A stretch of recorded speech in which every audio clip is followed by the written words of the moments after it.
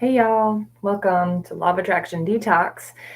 Today's topic is how to let go of attachment when you are trying to detoxify from making your life different, trying to detoxify from manifesting things. And on my journey of manifesting, the manifestation journey has really led me to a place of realization that life flows through me effortlessly. And that's what we talk about here the most on Law of Attraction Detox. We detoxify from techniques that bring us further away from the truth. And the reality is that our manifestational power is here in the present moment. And it's existing right here within our bodies and our heart. And it projects out through us onto our screen of reality. And the number one obstacle to creating that which we desire in our lives is our own mind, our own mental thought processes that come from, a deep underlying reason. And so it's not just a manifestational process, it is a healing journey. It is healing from generational issues, from lifetimes of issues, if you believe in lifetimes. It's healing from what happened to you as a child and the perceptions that you have adopted essentially as a child, as a young kid, or from traumatic events that have happened to you throughout your life. And then we create this basis, we form this construct that we can live from. And from that construct, it is very hard to detach from the outcome. We want this person, this specific person, to end up being our life partner. We would like this specific house. We would like this specific place to live. We want this specific amount of money. And those are all great. Those are desires. They're fed from the soul. They're something that we're here to experience potentially. But what I am offering in this video is the detoxification, the detachment from needing those things to happen in your life, the person, the place, the thing, in order for you to feel and experience that which you desire. So you want the love of your life. Make a list. What are the things that you will experience with this love of your life? I'll feel loved. I'll feel totally safe. I'll feel protected. I'll feel like I have someone in my corner. Make a list of what would it feel like? What would I be doing if I had this kind of money? And then you realize that it really has nothing to do with the person, the place, or the thing. It has everything to do with your internal state. So your internal state of being will not change just because you get a person, place, or thing. If you get the person, you will probably still be insecure. If you get the money, you might still not have learned money management and it will go away again. There are just so many factors to creating lasting change. But today I really want to dive into the topic of how to detach from those outcomes so that you can have the greatest chance of having what you want actually arrive, actually manifest through you. It's kind of it's a paradox. It's a catch-22. It's, I really want this, but I need to let go of it. And I used to think to myself, this is impossible. I'm not even holding on to anything physically. How can I let go of something? And I like to flip those words into a different statement. It's a state of allowing, a state of surrender. And that's what's really coming up strong right now. And for me is this state of surrender. When I surrender to life, and you can call it God, you can call it universe, you can call it nature, whatever suits you. When I surrender to that all knowing, life just seems to happen effortlessly. I mean, life is already happening, but I become this gentle, magnificent viewer of life. I become an observer of life. And it's a lot more enjoyable than searching in my mind for ways to make my life different. When I'm searching to make my life different, that's when I feel miserable because I'm looking around and I'm like, it's not here yet. And it's constantly dragging me into a state of dis-ease.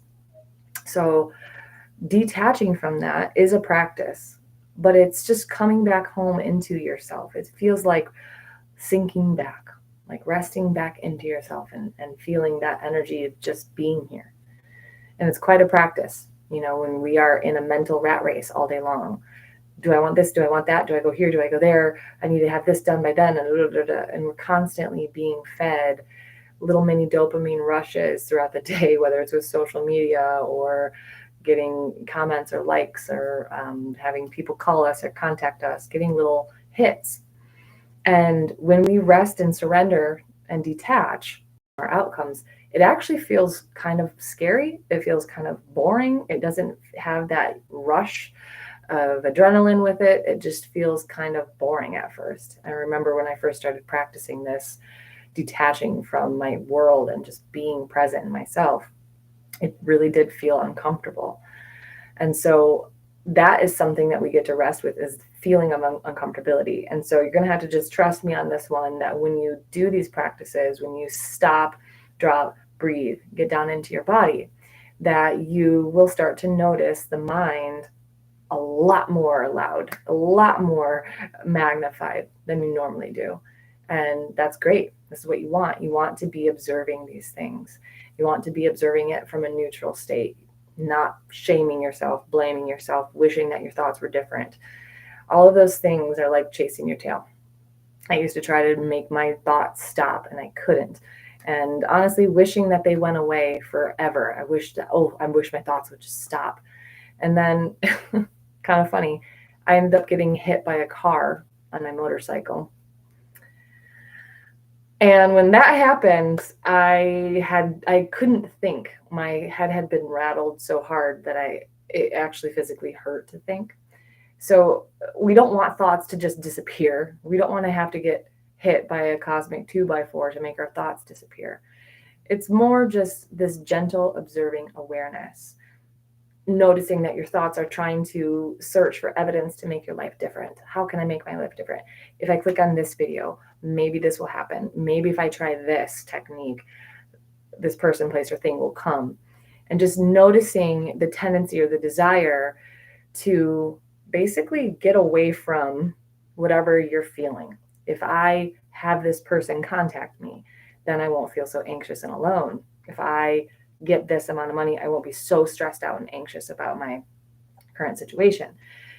And just noticing that desire to get away from the uncomfortable feelings. I have a question here from Layla. Make a list, ? What if you manifested love triangles? What are you being?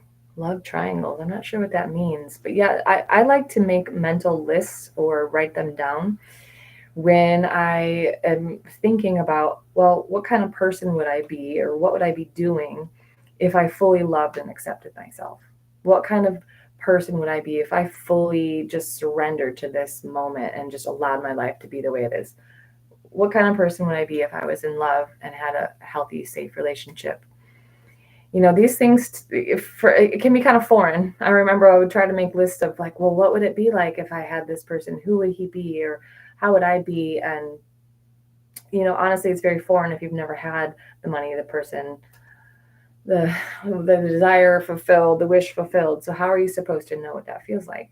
Well, that's what this detachment practice is. It's helping you discover what it feels like to be present, to be resting. Honestly, when you have your person, a year, 2 years into the relationship, maybe 10 years into the relationship, you're not going to have the buzz and rush of hormones and love and gushing and all this stuff. When you start to get the consistent amount of money that you want, you're not going to be like, oh my gosh, I'm so wealthy. It's just going to be like, yeah, this is normal. And so that is what I'm really hoping, is that people can just find that inner state, that you guys can just find that inner state of just rest. That is what is the state of being. That is the state of being that manifests everything, is resting, surrendering, being present in the moment. And, honestly, from that place, you start to get the intuitive nudges. You start to feel inspired. You start to know that what you want is on the way. You start to feel that energy within you. You don't have to force it. You don't have to sit and try to imagine things. Imaginations come to you naturally when you're in this state, because you're clear, you're an empty vessel, you're free of clutter, you're here ready to be filled with your soul's desire, your soul's inspiration. And your soul was like, ooh, what about this? Ooh, a trip to Mexico. Ooh, You know, oh, I want to go here on Friday night, and then you meet the love of your life. It gives you these like little nudges. It's a human GPS system, but you've got to be, you know, free, free from the clinging to wanting to make this different. I used to get upset with myself because I couldn't let go, and I was trying to let go, and by trying to let go, it was like it was like these competing monsters in my head of like, which is worse, the not being able to let go or not being able to accept that I can't let go. Both of those are attachments. So the observer state, the observation state, these are the practices that so many spiritual texts, yoga, teaches, is how to be just here in the present moment, how to just acknowledge yourself where you're at right now. Maybe one day your practice is really easy, and maybe the next day you're so stiff and sore you can't even bend. I don't know. It's like the yoga, the asanas, the practice, the breathing, the being here present, whatever you need to do. There is no one way to meditate. There are ways that I have that I help you here on this channel. I help clients with. I help find and uncover, which it's like the basis of manifestation is finding and uncovering the obstacle that is blocking you from being able to see and perceive that which you desire. Because once you remove these blinders and you can see that what you desire is already here, it's already here within you, then you can rest and relax. And then when the mind picks up with, yeah, but you can rest and relax in that. So how do you detach? To recap on this is noticing when you want your life to be different. Noticing when you are searching for a solution, searching for a way out, searching for an answer to the problem, focused on the problem, focused on he's not here, she's not here, I'm not this, I'm not that. Noticing that, just gently loving that aspect of yourself. And then once you do that, you gently nudge yourself into this state of being where everything is already done. It's already done. You rest there. You keep coming back there. You keep coming home. And every time you come home, you get a little bit of encouragement to do it again because it feels really nice. It feels great. You feel like, this is what I'm trying to achieve. And then you'll start making mental notes of, how did I get to that state where I felt like everything was all right and everything was going to happen? That's right. I just noticed when I was trying to get myself out of my body and distract myself over here. I noticed when I was trying to change my life. And instead, I just accepted and embraced that I'm here right now. And this is how I am. This is how my life is set up. And I'm just going to rest. Stop, drop, breathe. Allow your abdomen to rest. Allow yourself to be in your body. How many of us go throughout our days not even aware of our breath and our breathing? We're not even aware of our body. Maybe we're aware of the aches and pains, but not aware of the rest of the beautiful functioning of this unique design of being a human. And then from that place, from that aspect, then we get to experience all of the other unknown things which come from the third eye, the knowing, the psychic understanding. You start to connect. You don't need to try to project thoughts out onto people or try to get them to change their mind about things. That just happens naturally. If it's meant to line up with this state of being, it's going to just happen. I kind of don't like that if it's meant to be, it'll be thing. But it really, if you just rest, that whatever is meant to be will be for you. You just rest in this present moment. That XYZ is going to happen because it's just going to happen. And it's probably going to happen better than you expected. It's, contending again with the attachment to the outcome of, I really need this to happen or else I won't experience my life the way I want to. And so allowing yourself to have that desire, allowing yourself to really wish things were different, lovingly accepting that part of yourself, bringing it back home, that is letting go and detaching. Allowing yourself to experience that, noticing when it's happening. And then say, I surrender, or I detach. And this is where, an affirmation might be powerful. For me, my current affirmation mantra whatever you want to call it, I surrender. I surrender. Whatever that is, you surrender into the vast unknown. When I say those words, I surrender into my consciousness. I surrender into my awareness of life. That is more great, that is more powerful, and that is more magnificent than anything my mind can try to make up. And so I'm telling my mind to surrender to that.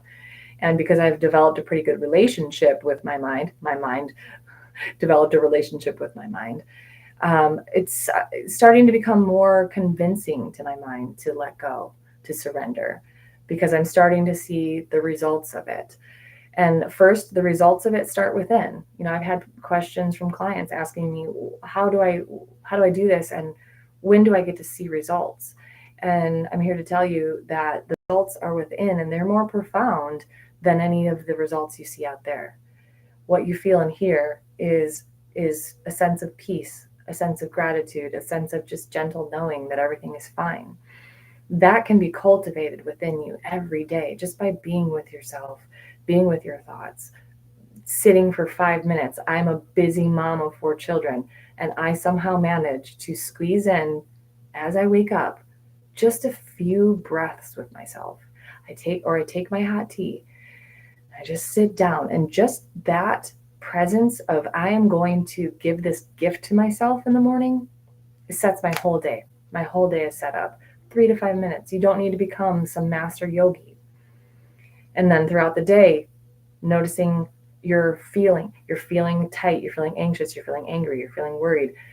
Come back into that presence. Sit back with yourself. Do a few breaths. Breathe down into your belly. Get back in the present moment. Allow yourself to surrender into the flow of energy that is already moving through you. It's already there. It's already there. That is the state of being that creates whole universes. It's flowing through you easily. I have a question. Evan, hello.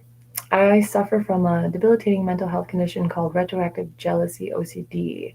How am I able to overcome this painful problem? I'm not a certified trained psychotherapist, so I don't know exactly what that is, but I know obsessive compulsive disorder means it's some kind of anxiety disorder is what I'm guessing. And I've been an anxious person. Much of my life, I either had debilitating anxiety or apathy and depression, and I would kind of swing and vacillate between those two things. 7, almost 8 years ago, I started a self-love journey where I started to love myself. So in those moments that I can remember when I would have debilitating anxiety, like I wouldn't be able to move, honestly, meditation in the morning was one of the most powerful things I could do. But I had to do it in the very beginning of the morning, because if I got up and went to do anything else, I would automatically get sucked into the day, and the whole day I would just, and it would be a noticeable difference. But one of the things that I would do when I would find myself having anxiety and I would get into a frozen state, like fight, flight, freeze, I would freeze sometimes. And I would just be so overwhelmed with life. My mind would be so loud with what I needed to do, what I wasn't doing, that I would just hold myself like this. And I called it sitting in the hands of God. And I would sit back, and again, this is another surrender item. You're surrendering into the vastness of the consciousness, which you are, because all of the mental chatter, all of the things that you're experiencing are constantly changing. They are not you. They are not the you that you are experiencing. The experiencer is you, the one that is experiencing the thoughts, moving, everything. That is you. And so I would sit back into me, what I call God, creator, life.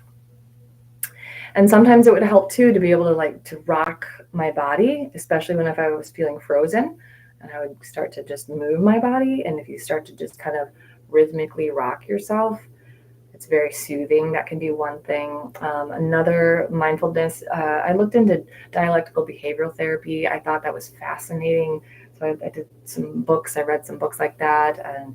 And from what I understand, again, I'm not a trained psychotherapist, dialectical behavioral therapy helps you get into your body and use a somatic practice of releasing trauma. And so there's mindfulness practices. You can look that up or ask your own mental health professional. But some of the things that I would do would be like noticing my hand, feeling the energy pulsing through it. And then I can move it into the rest of the body. And that's why I keep saying on this channel, dropping down into your pelvis, feeling your body. These are the things that will help you to stay here in the present moment and be with these really, really uncomfortable and sometimes frightening thoughts, mental patterns, feelings. Sometimes it feels overwhelming. Sometimes it feels like you're being taken under, like you're being swallowed whole by the abyss. Like I've experienced it all. Like I'm not here talking just because I'm like, I'm going to help you get things. I'm here trying to help you actually have a healing journey, so that once you have that healing journey and you don't have to go through all of the trials and tribulations of what works, what doesn't work, like I have gone through, and you just take this little snippet of information that I'm giving you and you apply it to your life, you're going to see massive results within you.